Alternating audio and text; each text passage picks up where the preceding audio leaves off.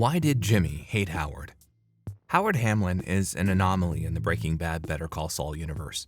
In both the violence-ridden crime world of Breaking Bad and the rigid corporate legal world of Better Call Saul, most of the main characters thrive in either dishonesty or some sort of propensity towards violence.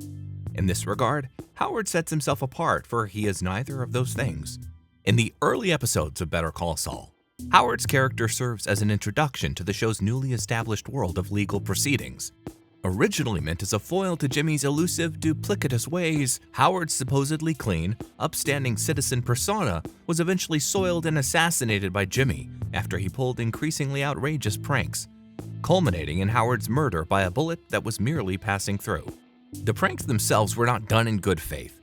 No harmless pranks would ever destroy a person's whole feat of character, career, and personal relationships in such a devastating way.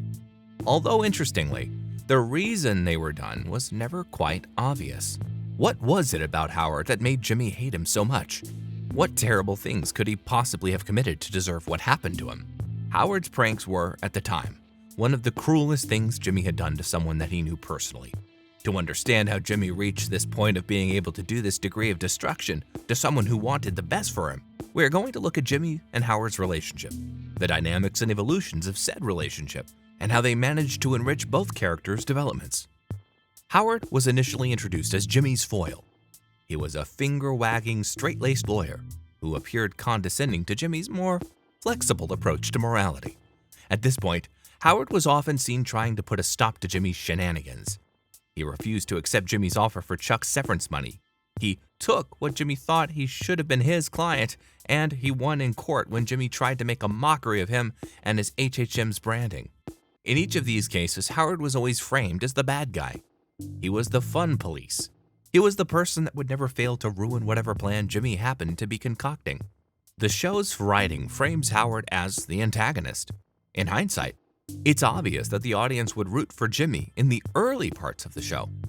On the other hand, Howard functioned as a hate-sink character, a figure to which the audience could attribute all of their frustrations. At this point, Jimmy really did hate Howard. Or at least, he didn't like the guy. We understand this because in the earlier parts of the series, we only saw Howard the way Jimmy saw him, a perfect, unlikable lawyer that had everything Jimmy could ever want, who wanted nothing more than to sabotage his determined efforts to move up in the world. Jimmy saw Howard as the embodiment of the legal world that kept rejecting his advances. Howard to Jimmy was the personification of what stood between him and his goals. However, it was important that this feeling wasn't personal. Although Jimmy might not have realized it at the time, Howard wasn't the cause of his struggle. The crucial point of development in the relationship between Jimmy and Howard was when Chuck finally revealed himself to be the one sabotaging Jimmy's career. This was a devastating revelation for Jimmy, as he realized he had gotten it wrong. Howard had always been supportive of him and was merely taking the fall for Chuck's sinister schemes. Here, Jimmy was forced to realize that Howard was not the judgmental, malicious person Jimmy thought him to be. Jimmy felt a little regret for his actions and the way he had been treating Howard, and started to see a glimpse of how supportive Howard potentially was toward his career. However, this was also overshadowed by the fact that he had to deal with all of these newfound feelings after discovering how Chuck really felt about him. To Jimmy, that seized bigger importance. Although this was a step towards an amicable relationship between him and Howard, Jimmy's mental anguish over Chuck and his own internal conflicts prevented this dynamic from surviving very long. This development would continue until the moment of Chuck's death. Ultimately, this was the core issue beneath the complicated relationship Jimmy and Howard had. It is interesting because neither his issue with Howard nor his apparent resentment came from Howard himself. His destructive behaviors towards Howard in the future stemmed from his extremely broken relationship with his toxic brother, Chuck. The moment Chuck died, Jimmy felt very complicated feelings towards his brother. Their last interaction was a highly impactful blow that left a nauseating presence in Jimmy's psyche. Jimmy wasn't done processing all of the hurtful things Chuck had said to him. When Chuck died, Jimmy later realized that his tampering with Chuck's insurance had something to do with it. However, in this highly overwhelming situation, Howard came through and blamed himself for it, thinking it was his decision to fire Chuck that drove him to suicide. Jimmy's anguish towards Chuck's explicit abandonment of their relationship telling Jimmy that he could never be a good person, coupled with the fact that he did not want to feel guilty for his own brother's death, led to an immediate attachment to the idea of Howard as the sole cause of Chuck's death. If Howard was to blame for Chuck's death, Jimmy could further express his complicated emotions deep down and pin it all on Howard. This was a natural development of Jimmy's way of dealing with things. He had always tried to avoid having to process or confront his personal problems, and Chuck's death was not any different. In this context, Howard was nothing more than a vessel for Jimmy's projection. Howard was a stand-in for Jimmy's deep-seated resentment towards Chuck. Jimmy no longer had a brother to hate, but Howard was right there. Jimmy could no longer spite Chuck by proving him wrong, showing him that he could be more than just a con artist.